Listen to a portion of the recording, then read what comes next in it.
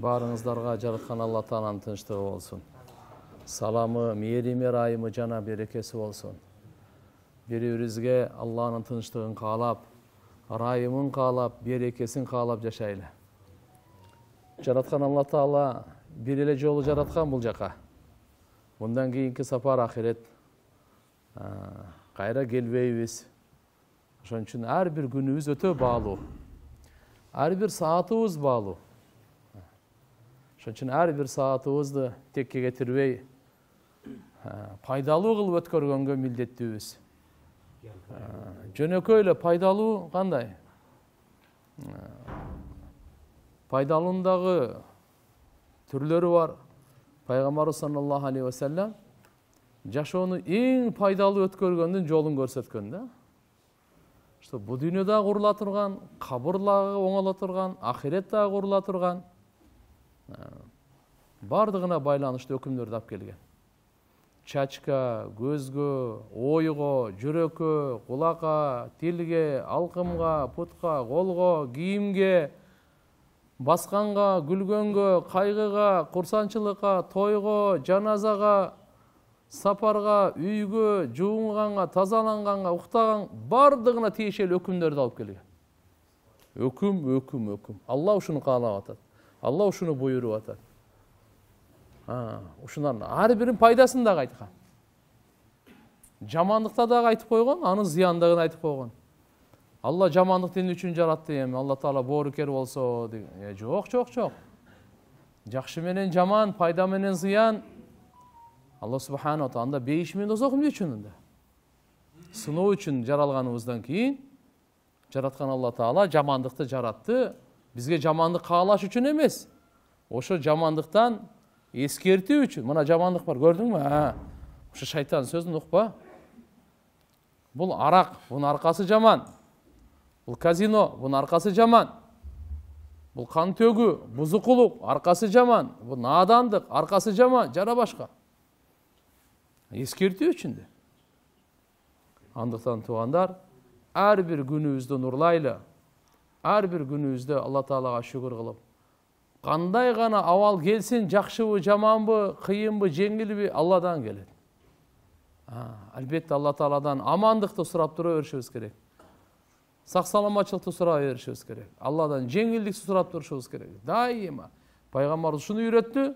Пайгамбарыбызга кандай эки иш келсе, жеңилирегин тандайт эле. Пайгамбар болуп. Сахабаларга айтат эле, душманды эңсебегиле. Кана кыйындыгыңарды көрсөтүп, керсейип, менсибегиле. Бирок ошол эле кезде, маша Алла, бирөөгө зулумду кылбай, душман чыгып калса, аркага качмай жок. Аркага качкан чоң күнөөлөрдөн да эсептеп койду. Досторун, майданды таштап, шериктерин таштап, аркага качкан чоң күнөөлөрдөн да. Пайгамбарыбыз таалим, тарбия үчүн, оңдош үчүн келди эле. Бүгүнкү күнгө чейин пайгамбарыбыздын ар бир сөздөрү, кылган иштери, алхамдулилла, уламалар, аалымдар, пайгамбарлардын мураскорлору, орун басарлары, өзгөчө шакирттери муундан муунга, кылымдан кылымга кийинкилерге өткөрүп жеткирип бере турган. Биз бир нерсени Аллага айтайлы. Ар бирибиз өзүбүздүн тил менен эле жүрөктөн айтайлы. О мени жараткан зат, мага өмүр берип аткан зат, менин жаным сенин колуңда. Менен нени каалайсың? Мен кандай адам болоюн? Түшүндүр мага. Жардам бер мага. Мага ушунун билимин берчи. Алла Тааладан ар бирибиз сурайлы. Жараткан Алла боорукер, ырайымдуу, азапташ үчүн бизди жараткан эмес. Иман келтирип шүгүр кылсаңар, Алла силерди азаптап не кылат дейт Куранда. Алла Таала боорукер, азаптабайт. Кечиримдүү Алла субхана ва таала. Ошон үчүн биринчи пайгамбарыбыз Мухаммад алейхиссаламдын өз колунан, өз оозунан тарбия алгандар сахабалар. Алар инсан бизге окшош эле. Бизге окшош инсан. Пайгамбарыбыз келгенге чейин канчалык бузулган эле, пайгамбарыбыз келгенден кийин канчалык оңолду, аны мисалы дүйнөдө жок.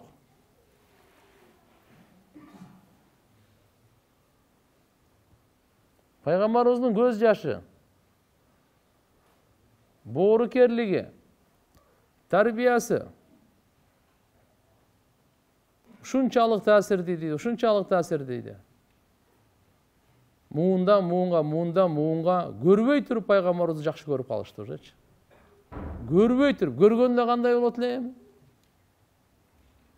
Миллион адам, миллиондогон адамдар жакшы көрүп калды. Көрбөстөн туруп. Биринчи тарбия алгандар бу сахабалар алтын доордун, машаалла, Аллахтын өкүмдөрүн аткарган, амал түрүндө көрсөткөн, аламга адилеттүүлүктү орноткон Hazret Abu Bakr, Umar, Usman, Ali radıyallahu anhum, Aşara-i Mubashshara, bardıq sahabalar, erkekteri, ayaldары, аябай мыкты тарбия алышты. Адамгерчиликтин туу чокусуна жетишти. Боорукерликтин туу чокусуна жетишти. Баары бактылуу болду, баарынан Алла разы болду. Бардыгы дүйнөсүн да ахиреттин да курду. Алланы таанышты, Аллага баш ийишти. Өткөнкү сабакта Hazret Ali разıyallahu anh'unun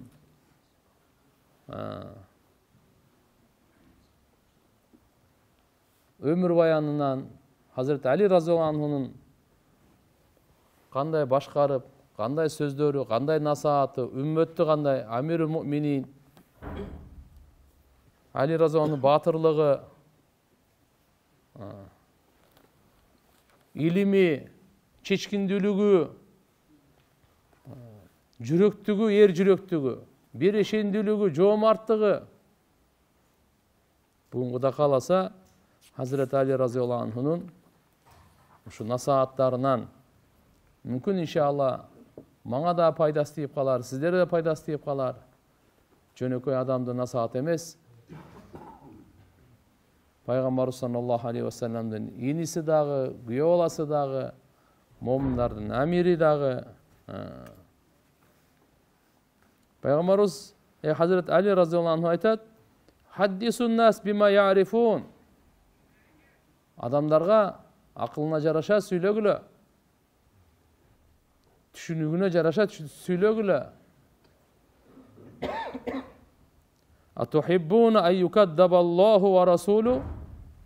Алланын элчисин жалганга чыгарганды жакшы көрө белеңер? Жок. Алардын акылындагы жетпей турган нерсени сүйлөсөң, Алланын элчисин жалганга чыгарып коюшу мүмкүн, ошодон корккула. Андай татаал, оор, кыйын, түшүнбөгөн нерсени айтпагыла. Алар түшүнө турган шарият өзү динибиз адамдын табиятына жараша түшүрүлгөн дин да. Акылга сала турган болсок деле, мейли жалган сүйлөгөн болсун, арак ичкен болсун, жылаңачтык болсун, аны мындай акылы нормальный адам аны туура көрбөйт да баары бир. Ошон үчүн Hazret Ali разıyallahu anhu буну айтып атат. Демек, адамдарга сүйлөгөндө дагы карап, өзүнүн акылдарынын деңгээлине жараша акырыныраак, түшүнүктүүрөөк кылып, жакшылыкка чакырып, жамандыктан кайтарып, Алла Тааладан үмүт, Алла Тааладан коркуу пайда кылып айткыла дейт.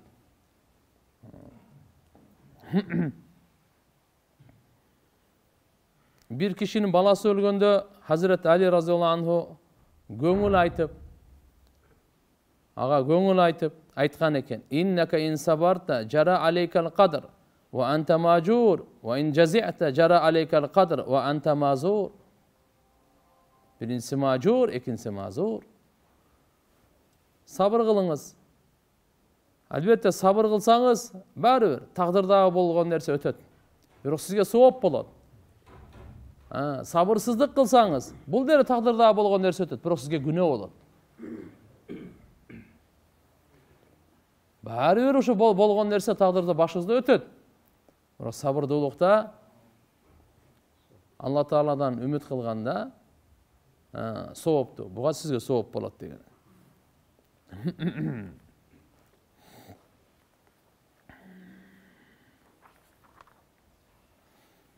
Hazreti Ali radıyallahu anh'unun nasihatından inne ni'mete muvassalatun bi şükür. Nimet şükürçülük menen baylanat. Şükürçülük menen oşol baylanat. Ve şükür muallakun bil mazid. Şükür bolsa göböyü menen baylanat.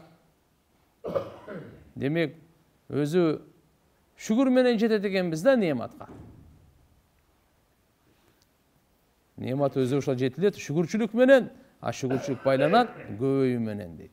Wa huma maqrunani fi qarn. Wa liku baylana fala yanqatil mazid min Allah hatta yanqati şükür min al-abd. Şükür ele kemiyibese Allah Taala'dan nimet kemiyibeyt deyt. Şükür ele köbөйүп tursa nimet köbөйөт. Özü subhanallah Allah Kur'an'da mınday deyt da. İn ta'uddu ni'metallahi la tuhsuha. Eger de sizler Allah'ın nimetini esepteseňer, sanap bitpeysiňer deyt da. Allah'ın nimeti öte köp. Emi nimet kança köp bolsa, şükür de oşonça köp boluş kerek ele.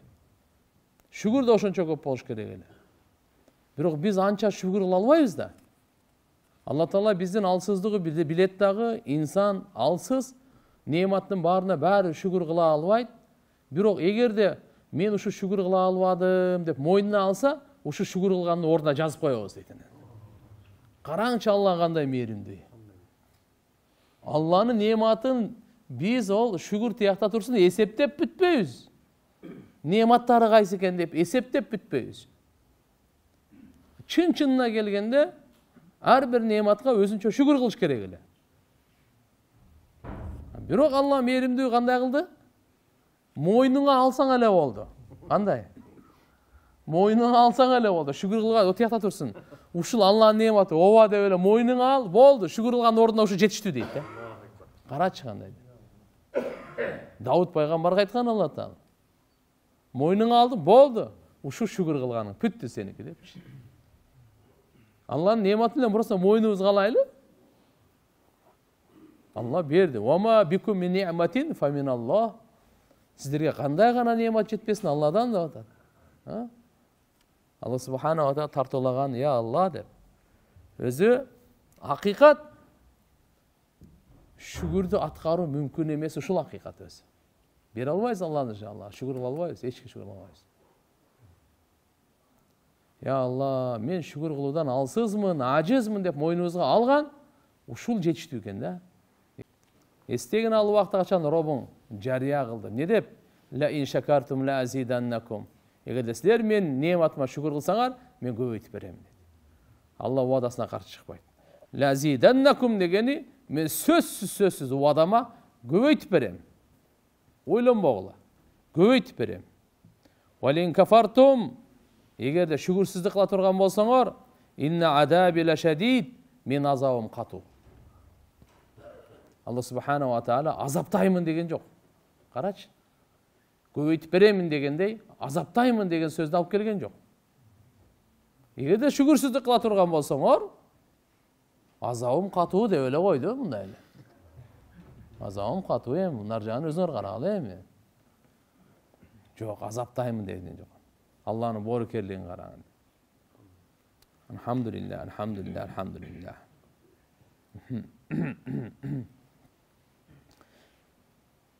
ذلك بأن الله لم يكن مغيرا نعمة أنعمها على قوم حتى يغيروا ما بأنفسهم وأن الله سميع عليم. Allah Taala kaysi bir kowumga nimetin tartulagan bolsa, anı özgörtpeyt hiç kaçan. Al özlerin özgörtmeyince Allah Taala bir nimet berdi ve al koyboyt. Alар özlerin özgörtüp buzukuluk almayınca, şükürsüzlükke barmayınca Allah al koyboyt eken bergeni hiç kaçan. Amandıkты berdi mi? Amandıkты berdi. Başka ırskını verdi, amandıkты verdi, adaldıkты verdi, elhamdülillah tevfik verdi, ibadat verdi, mümkünçülük verdi. Kança Allah Taala nimetleri var. ошону биз өзүбүз айнып, бузулуп, Алланын неаматтарын кадырлабай, макулбу, баалабай, шүгүрсүздүккө барганда, анан Алла Тааланан алат өзгөр. Алар өздөрүн өзгөртпөсө, жок, все. Алла Таала берген эч качан албайт. Көбөйтүп бериши мүмкүн, азайтышы мүмкүн эмес. Бирок алар өздөрү өзгөртсө, өздөрүн. Болду, ошондо гана өзгөртөт. Лам якун мугайран. Эч качан Алла Таала өзгөртүүчү эмес. Ни'матан ан'амаха ала каумин. Bir коомго, bir элге, журтка берген тартуулаган неаматын өзгөртпөйт. Хатта югайру ма би анфусихим, алар өздөрүн өзгөртмөйүнчө. Күнөө менен, бузукулук менен, келишпестик менен, бири-бирин кордоп, бири-биринин айыбын ачып, бул өздөрү өздөрү кылмайынча Алла Таала берген неаматын албайт. Ынтымак неаматын бердиби? Аны албайт. Өзүңөр бири-бириңер төгүп, бөлүнүп, жарылып, талкананмайынча. Жок, Алла албайт. Бергенин Алла албайт. Hazreti Ali radhiyallahu anh aytат: "Man lanat kalimatu wajabat muhabbatu."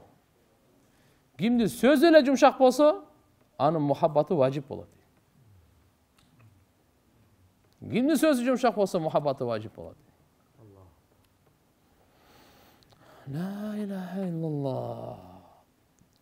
Кайрылууда, сүйлөөдө, жооп берүүдө, чакырууда, жакшылыкка буйрууда, бир нерсени аткартууда, же бир нерседен тыюуда, бардыгында жумшактыкка буйрулдук.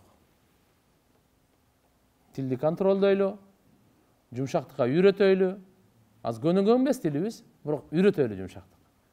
Атабыз менен жумшак сүйлөйлү, апабыз менен жумшак сүйлөйлү, аялыбыз менен жумшак сүйлөйлү, бир туугандарыбыз менен жумшак сүйлөйлү, достор менен, балдарыбыз менен, туугандар менен. Ошондой эле кимден карызыбыз бар, кимден карыз аласабыз бар, бересебиз бар. Мына жумшак сүйлөй берели, жумшак сүйлөй берели. Күн сайын буга биз сөтсүз аралашабыз, беттешебиз, жолугабыз, толтура да. Бирөөгө буйрук беребиз, бирөөдөн суранабыз.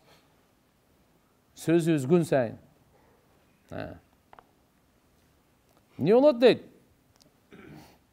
Бул кайрылууда жумшак сүйлөгөн, копол сөздөрдөн, орой, жүрөктү ренжите турган сөздөрдөн сактанууда өтө чоң таасири бар.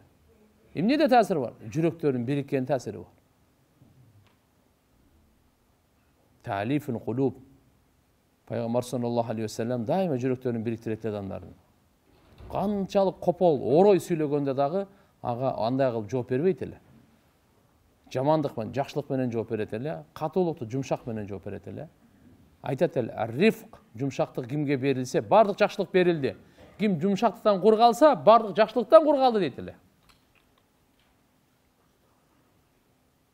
Жумшактык бардык катыктыкты, мындай катуулукту жеңет экен да. Алымдар мисал алып кетет, мына жамгыр кандай жумшак? Жамгыр жумшак го муну. Келеттик, тиет болду. Бирок бир жерге тие берсе, мисалы, тамбаштан деле бир жерге түшө берсе, катыган ташты да тешет ал. Фундаментти да тешет ал. Оёт ал. Жумшактык, үзгүлсүздүк дайыма уланып турган, ошо бардыр. Катыган жүрөктү дагы бары тешет болот.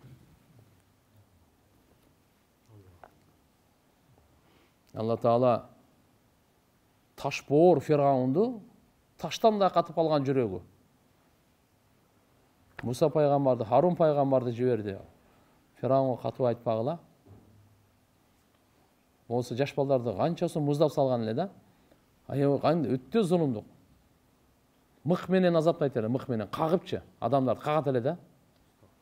Асып коет эле, кагып эле асып коет эле. Мык менен кагып коет эле. Мык менен кагып коет. Жаш балдарды муздагандан кийин алып эмне ал? Өзүн кудаймын деп. Ошондой залым, андай өткөн залым болгон эмес, бу дүйнө көргөн эмес, Фираундой залымды көргөн эмес бу дүйнө. Муса пайгамбарды жиберип атат. Харун пайгамбарды кошо жиберип атат. идхаба, экөөңөр баргыла. Иля Фираун, Фираунга баргыла бар. Иннаху тога, ол вообще тоң мойын болып кетті. Құтырып кетті де. Бирок барарда силер ушундай зикир менен баргыла. Вала тания фи зикри, мен эстөөдө сусташпагыла, алсырабай жакшы баргыла. Ара ва асмау, мен карап турам, көрүп турам, угуп турам, баргыла. Ва кула, экөөңөр барып айткыла. Нени? Ва кула лаху каулан лаййина, жумшак сөз айткыла бирок. Жумшак сөз сүйлөгүлө. Фираунга дагы Алла Таала буйруп атат. Ошо Фираунга айтканда жумшак сөз сүйлөгүлө дейт. Кандай болсо билет Алла Таала.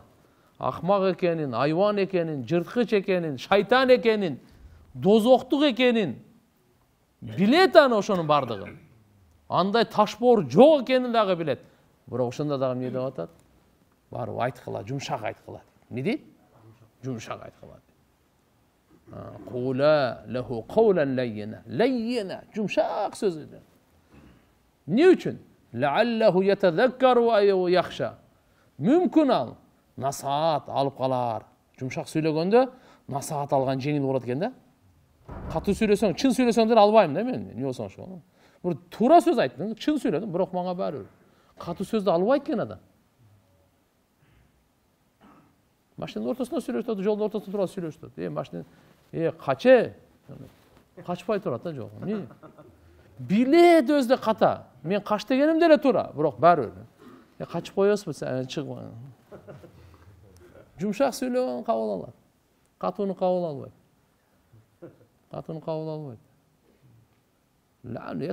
Ошо демек Алла Таала айтып атат, мүмкүн насаат кабыл алар. Демек, ушул жерден бир эреже чыкты, туугандар. Эгерде бирөөнү бир жакшылык алып келе турганды кааласак, насаатты кабыл алдырганды кааласак, анда буйрук менен, катуулук менен, аны менен кабыл албайт. Хоп деп коет, бирок өзүм билгенди кылам дейт. Эгерде бүгүнкү күндө сенин бийлигиң бар, күчүң бар, макул деп коет, бирок жүрөктөн кабыл албайт. Өзүм билгенди кылам, эмне болсо ошо. Тим более кыргыздар.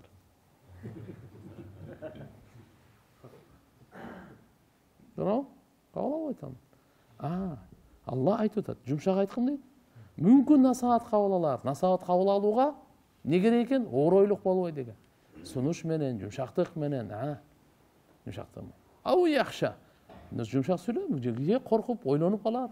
Туура айтат дегендей. Кеттик. Алла Таала пайгамбарыбыз Мухаммад саллаллаху алейхи ва саллям адамзаттын эң жумшагы ким? Мухаммад Расулуллах. Адамзаттын эң жумшагы, жүрөгү эң жумшак, тили эң жумшак. Эң таттуу сүйлөгөн Мухаммад Расулуллах адамзаттын. Алла Таала ошого пайгамбарыбызга айтып атат. Ал аркылуу бардык адамзатка сабак берип атат. Не деп?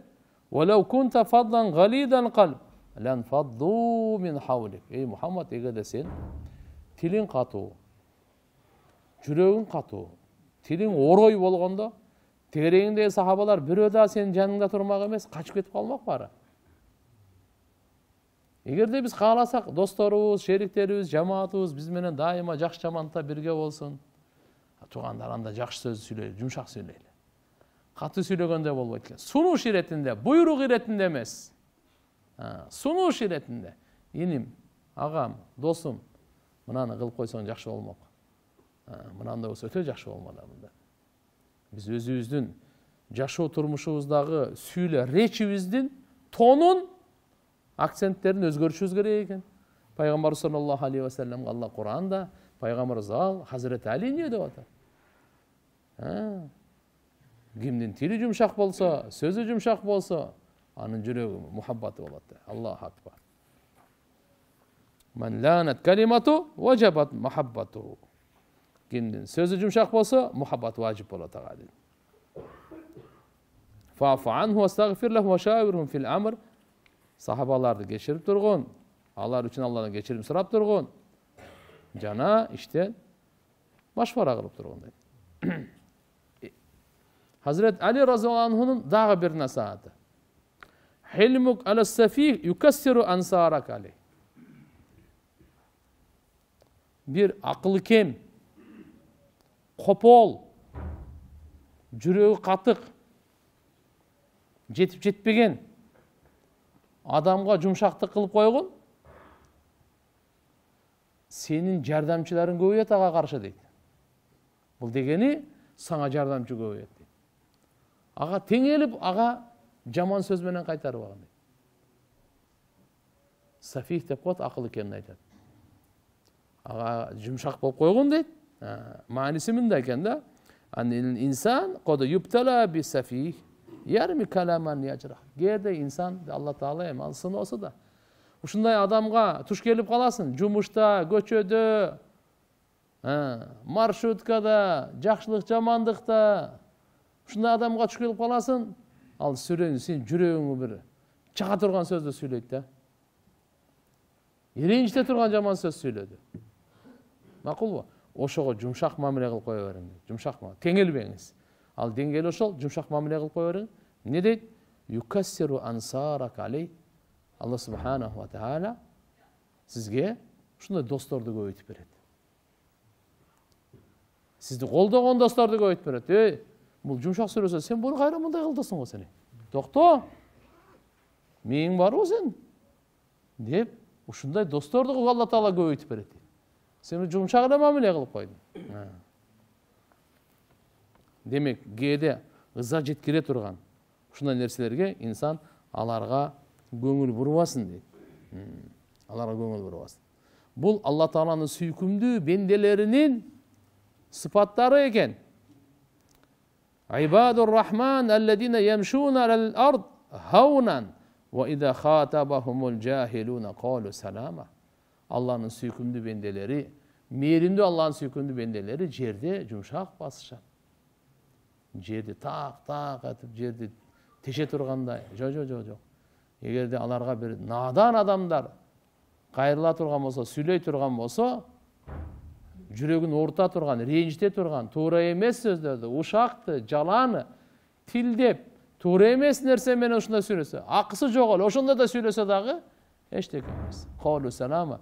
Аларга теңелип, жаман сөзгө жаман менен кайтарбай эле, аман бол деп коет экен, бүттү.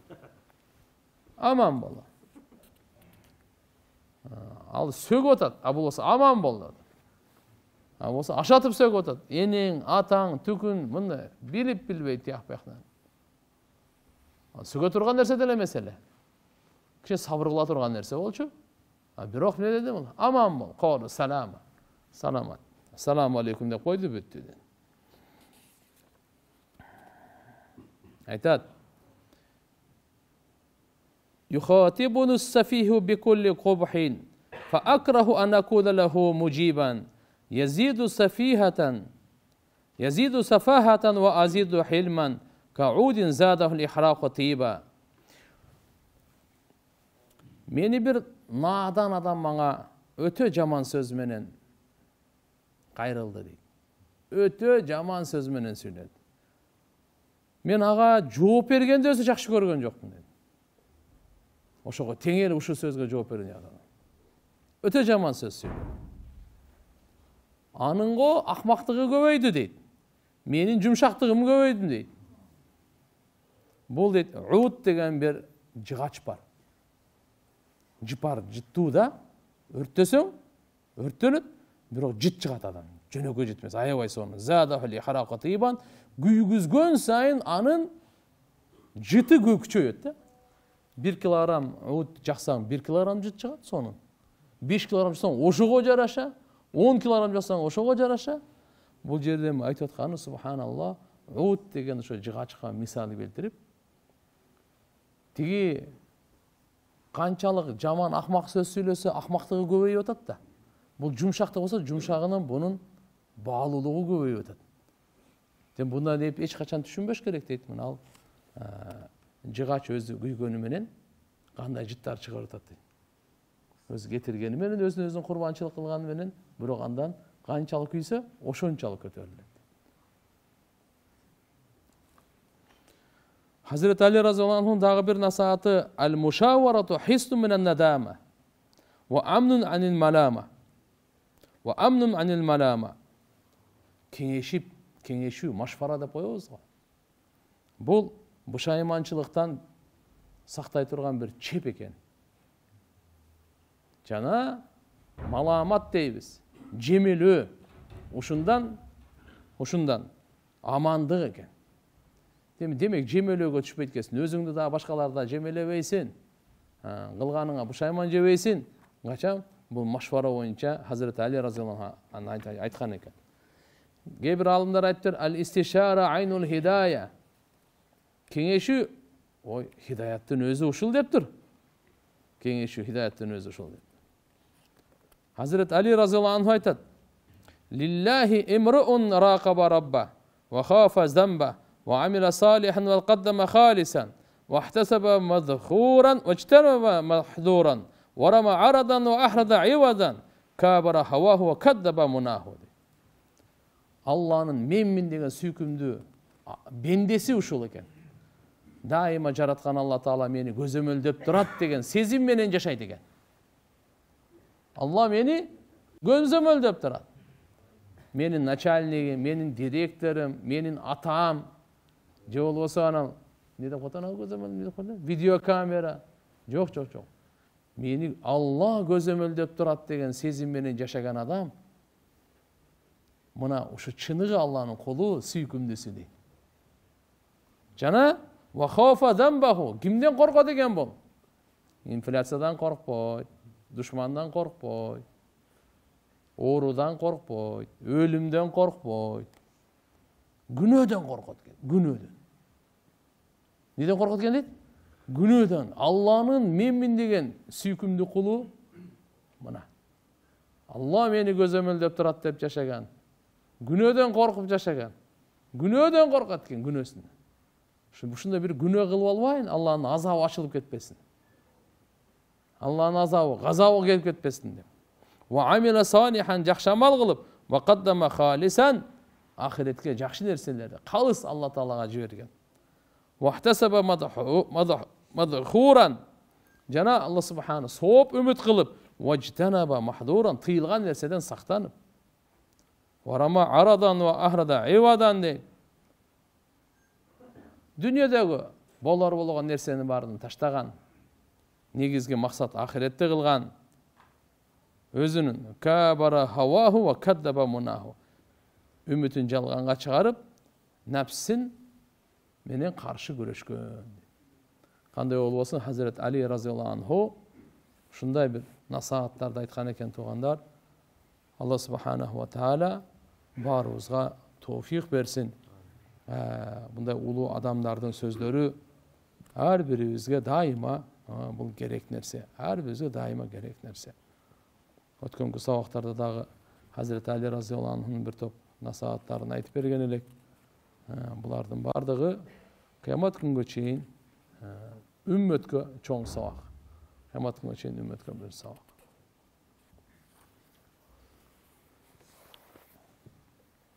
Бүгүн Кудай кааласа Hazreti Talha razıyallahu anhu, Zübeyir razıyallahu anhu aşarayı mübaşşaradan 10 sahaba Peygamber sallallahu aleyhi ve sellem beyiştik dep kuş haber bergenle Abu Bakr, Umar, Osman, Ali radıyallahu anhum. Bulardın bardığın sabaqtarda ötkönbüz, aytkanbız. Buyursa bugün Talha.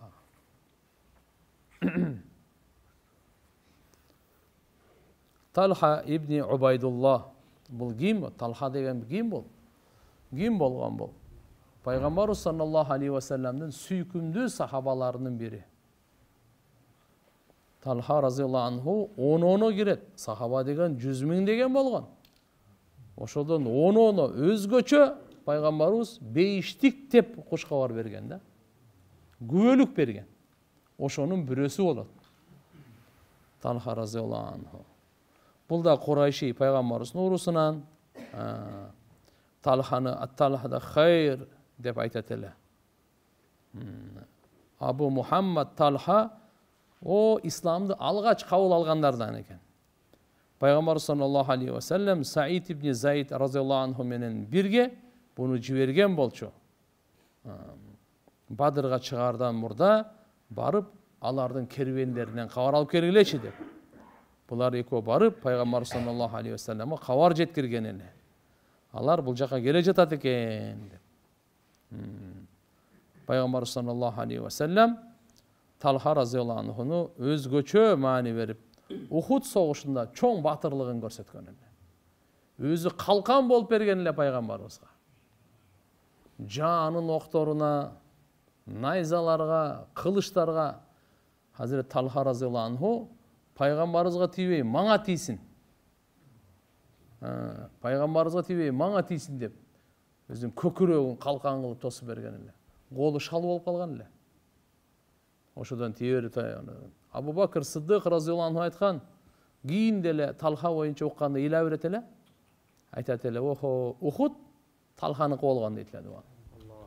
Ухуд Талханыкы дейт. Бар. Soğun бар, Talha alıp etken deyene. Ondan da batır ele. Peygamber sallallahu aleyhi ve sellem müminin gazatlarda katışıp ölümge kol vergen ele. Arganda rivayet kelet eken Talha razıyallahu anhu da oşo Uhud'da nayza menen, kılıç, canın emeleri vurulganları 75 yerinde değil. Fihi 75 ve ma bayna ta'ana ve zarbatin. 75 yerde. Peşeni, göz, kol emeli setip görüyorsunuz yani. Özdağı aytat ele Allahu akbar. Bir dağı müçöm jarakatsız emes deyt ele. Kulağı, eştekesiz bardığını. Talha. Peygamberimiz aytat ele, aytıp koydu. Talhatul hayr dep koyat ele. Hayr degen jakşılık degen söz. Fayyad, Talhatul Fayyad dep de Peygamberimiz aytkan. Sebep zatul usra Tabuk'a çıkanda bul aябай maşallah bereşendiligin görsetken. Öte bereşen ele. Öte bereşen. Talhatul Jud dep koyat ele Hunayn'da. Uşunda bereşendi. Peygamberimiz bu uşunday lakaplarını aytat ele bunu.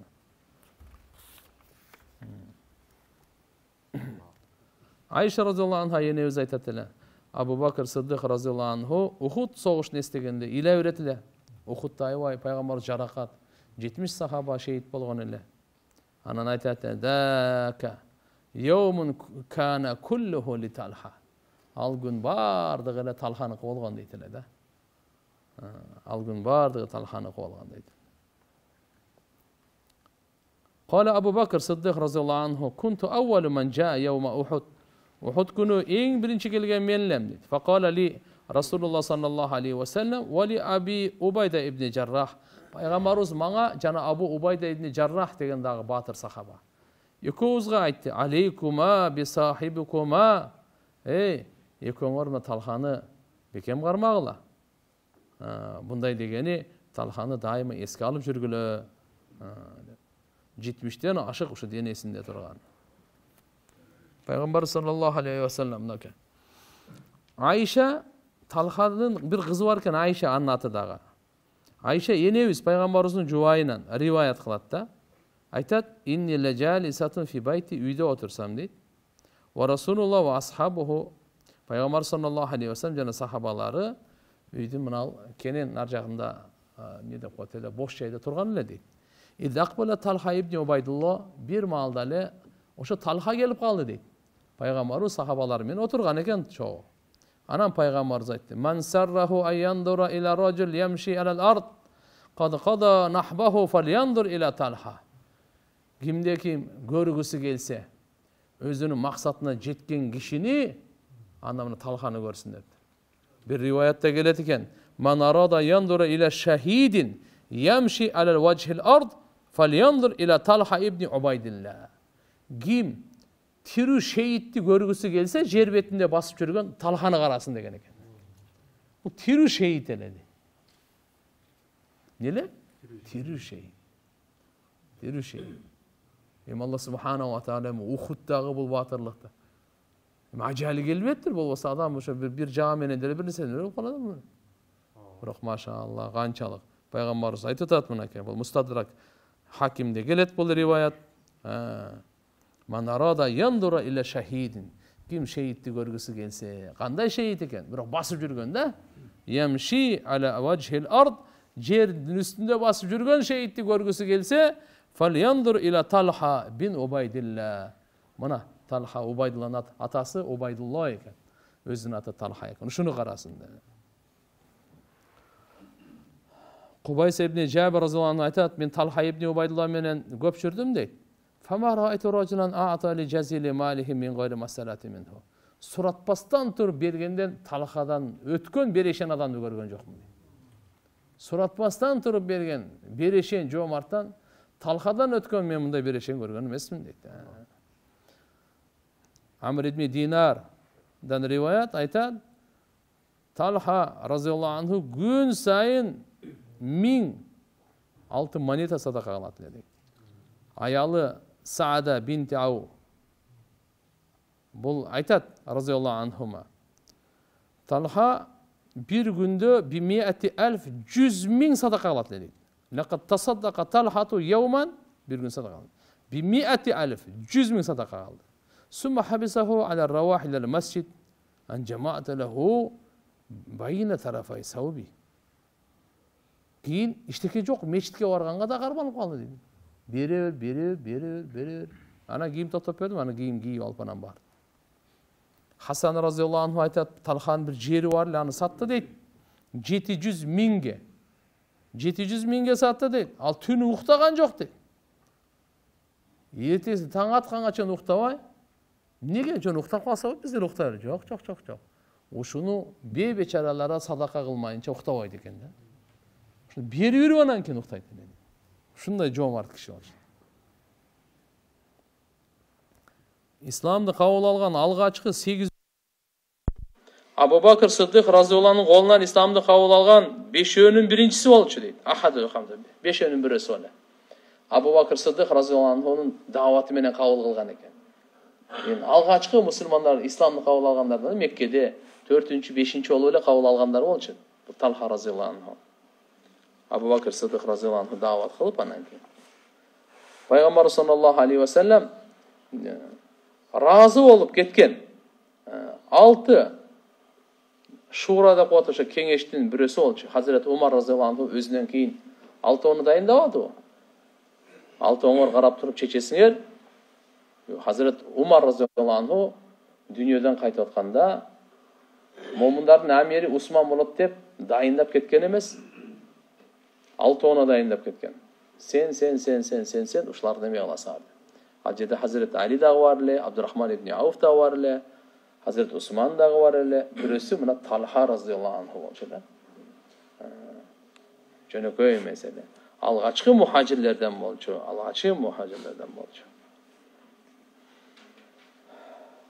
Qutila radıyallahu anhu yevmul cemal. Tö degen şunda soğuşu bolgan. Otoşonda anan keyin öldürülgen eken, şehit bolgan. 36. Hicride dünyadan qaytkan, 64 yaşında dünyada ötken, kabırı Basra'da. Basra'mda, Irak'tagı Basra degen şahar var. Oşol jakta.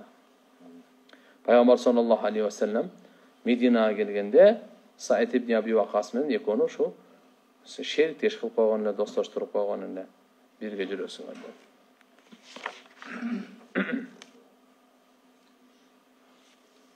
Zubayr razıyallahu anhu. Zubayr ibn Avam. Bu Zubayr razıyallahu anhu Abu Bakr Sıddık razıyallahu anhu'nun Asma degen kızı var ele. Oşonun güyösü olur. Bunda çetkanda Abu Bakr'dın güyö alası. Zubayr.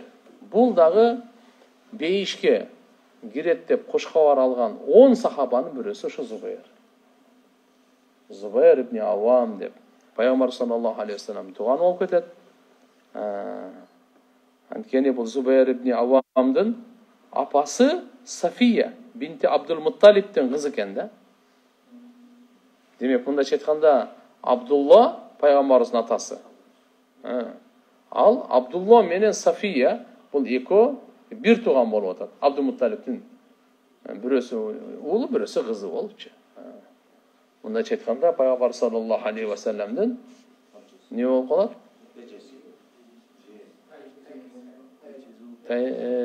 Tak. Atasının bir tuğan bolup atat da yeme. Улусы болсо, эмесе эжеси эле болуп калат, эжеси эле. Эжесинин жийини болуп калат экен да. Жийин. Мына Сафия. Зубайр разияллаху анху дагы алгачкы исламды кабыл алгандардан эле. 15 жашында, 10 жашында, 8 жашында деп кичинекей экен да алгада. Кейбір риваяттар келет, 10 жашында кабыл алган. Исламды кабыл алганда 10 жашында. Кейбірлер 15 жашында айтып кеткен кезде 8 дегени бар экен, 12 дегени бар экен. Кандай болгондо дагы бул Абу Бакр Сыдык разияллаху анхудан кийин эле ошо 4-5 болуп кабыл алган дейт бул да. Бул дагы ошол алтоонун бирөөсү болчу. Бул жерде өзгөчө Hazreti Умар тандаганда алтоону эмне үчүн кайра-кайра айтылат бул алтоо деп. Hazreti Умар разияллаху анху атайы дайындап, мусулмандардын ишин силер кеңеш менен карап туруп бирөөнү чечесиңер, ошо менен ишти алып барасыңар деген. Ошо алтоонун пайгамбарыбыз алтоонун тең разы болгон Абу Бакр, Умар разы болгон ошо алтоонун бирөөсү Зубайр. Аты Зубайр. Хабаша биринчи Эфиопия хижрат кылган, андан кийин Мадинада хижрат кылган. Пайгамбар саллаллаху алейхи ва саллям муахат Абдулла ибн Масуд экөөнү достоштуруп экөөнү шериктеп мынакей эме кылган эле. Меккеде. Андан кийин Медина барганда Салма ибн Саламага. Кандай болбосун, Алланын жолунда эң биринчи кылычын көтөргөн Hazreti Зубайр разияллаху анху. Кана Зубайр разияллаху анху аввал ман салла сайфан фи сабилилlah азза ва жал. Алланын жолунда биринчи кылычын көтөргөн Hazreti Зубайр разияллаху анху. Алланын жолунда биринчи жаа аткан Саид ибн Аби Ваккас разияллаху анху. Бул дагы өзүнчө ушуну чоң сыймык, чоң маша Алла даража. Ярмукка катышып, Мисрди жеңип, Сахih Бухариде келет, Жабир разияллаху анхудан пайгамбар саллаллаху алейхи ва саллям Ахзаб, ошо Хандак күнү, ошо аңгазуу согушунда 3 жолу сахабалардан айтты. Ким деди? Ошол Бану Курайза деп коебуз, ошонун кабарын алып келет деп. Ар биринде Зубайр разияллаху мен барып алып келейин, мен барып алып келейин. Пайгамбар Зубайр разияллаху анху өзгөчө маани берип, инна ли кулли набийин хавариян ва хавария аз-Зубайр. Ар бир пайгамбардын өзүнүн өзгөчө сакчы, жанчы, сакчы сахабалары болот. Колдогон. Меники Зубайр деп айткан. Меники Зубайр деп айткан. Абдулла ибн Зубайр разияллаху анху айтат, бунун баласы Абдулла ибн Зубайр. Пайгамбар саллаллаху алейхи ва саллям биринчи тахник кылган ошолчу да. Şu Zubeyir'in balası Medina'ya gelgende törülgön de. Birinci Medina'ya gelgende törülgön yaş neresi? Abdullah ibn Zubeyir olacak. Şu Zubeyir'in balası ne? Anam Peygamber sallallahu aleyhi ve sellem kurbanı çaynap oğuzuna vergen elinde. Tahnikte koyuyoruz o. Bugün günde daha mesela çaynatıp demeye koydum. Kurbanı çaynap vergen. Aytat açı Banu Kurayza'dan her bir haber alanda Peygamber sallallahu aleyhi ve sellem'e aytıp durdu dedi. Fantal fama raca'ta cemaali Resulullah sallallahu aleyhi ve sellem abavay. Ayttı mınday depçi. Ya Zubeyir dedi Peygamberimiz. Benim ata enem kurban bolsun degen Peygamberimiz aytkan sahaba bu Zubeyir. Biröөнүгө дагы мен ата энем сага курбан болсун деп айткан эмес да. Бирок Зубейирге Пайгамбарыбыз айткан, менин атам сага курбан болсун, менин апам сага курбан болсун. Зубейир аткын жаа менен депчи. Жөнөкөй нерсе эмес эле. Ирми фидака аби ва умми, фидака аби ва умми. Ирми аткын деди. Чоң газатта Зубейир разияллаху анху Пайгамбар саллаллаху алейхи ва саллям батыр эле. Шунча айтат, мен атам, энем сага курбан болсун, Зубайр депчи. Бухари шарифте келет. Hazret Osman разияллаху анху айтылганда, сиз эми дүйнөдө кайтып атканда аркаңыздан Зубайрди эле амир кылбайсызбы депчи. Айткан фалаллахум қалу Зубайр деп. Кала наам туура, амма валлади нафси бияди иннаху ла хайрухум ма алимту. Мен билгенимен эң жакшырагыңар ошол. Ва ин кана ла хаббахум ила расулилlah. Пайгамбар саллаллаху алейхи ва салламга дагы сүйкүмдүрөгү. Осман разияллаху анху айткан, ама валлахи иннакум ла та'ламуна аннаху хайрукум үш саласан. Айткан экен, Аллага ант, албетте силер билесиңер, Зубайр силердин эң жакшырагыңар деп. 3 жолу. Зубайр разияллаху анхунун баласы Урва деген болгон. Аты Урва. Абдулла ибн Зубайр, Абдулла ал өзүнүн башка баласы, Урва деген дагы баласы болгон. Ошол Урва разияллаху анху айтат да, Ярмук деген газатка барганда, ушундай батырлыгын көрсөттү, топту бул жактан жарып кайра кайтып берди. Ошондо айткан эле, биз сиз менен болобуз, давай вперед деп айткан, болбойсуңар силер мен менен. Өзү барып жарып келип айтып, көрдүңөрбү дедим. Өтө оор болгон да, анан кайтканга келген ал жакта чоң неме болуп. Ошол жерде баласы айтат, Урва айтат, атамды мына моюн, желке, ийин, ушулардын баардыгында баягы кылыч менен чабылган, ойлуп калган да. Колум салып ойнойт элем дейт менен. Бул жагына салам, бул жерден чыгарам дейт менен. Жонун бардыгычы Алланын жолунда караган. Айтат Урва, факунту удхилу яди fi tilka zarabat al'abu wa ana sagir hem kichik elem deydi. Anda men yaratam dedi. O'sha teşkili qo'lni solib beradi. O'ynab turadi. Urvaning. Tirmiziy sharifda keladi. Urva ibn Zubayr aytadi. Avsa Zubayr. Urva balasi aytadi-da, Zubayr atam o'zining Abdullah balasına Jamal so'g'ishdan tang atarda aytdi deydi-da. Nasihat, vasiyat qildi deydi. Ma minni uzvun illa waqad jurih ma Rasulullah sallallahu aleyhi ve sellem. Denemde qancha müçe olsa, her birinde Peygamberimiz menен çoğu жүргөнүмдө жаракат алган. Her bir müçesinde жаракат кудадагычы, her bir müçesinde. Бирок дүйнөдөн кайтып атканда кичине карызы бар экен, анан баласына айткан, балам, мен ушу мазлум болуп өлөт окшоймун. Бирок менин артымда ошо карыз бар. Ошо карызды мүмкүн болчу эме кылып бергин. Bir malı var eкен, ошо малды саткандагы ошолорго карызды бергин деп. Андан кийин анан ашып калса анан сүлүсүнө васият. Карызын эме кылып атканын айткан экен баласына.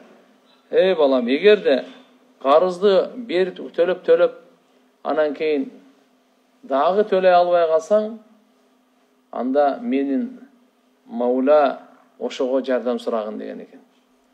Менин Маула, сиздин Маулаңыз ким десе, Алла деп. Sen егерде şu менин карызымды төлөп кичине кыйналып кала турган болсоң, жалат болбо. Менин атым эле айт. О Зубайрдин Кудайы деп эле. Атам айтты эле жардам бериң деп. Кудум ошондой эле болду, бардыгын берип төлөп койду. Кийин анан Маула Зубайр деп айтат эле баласы. Ажи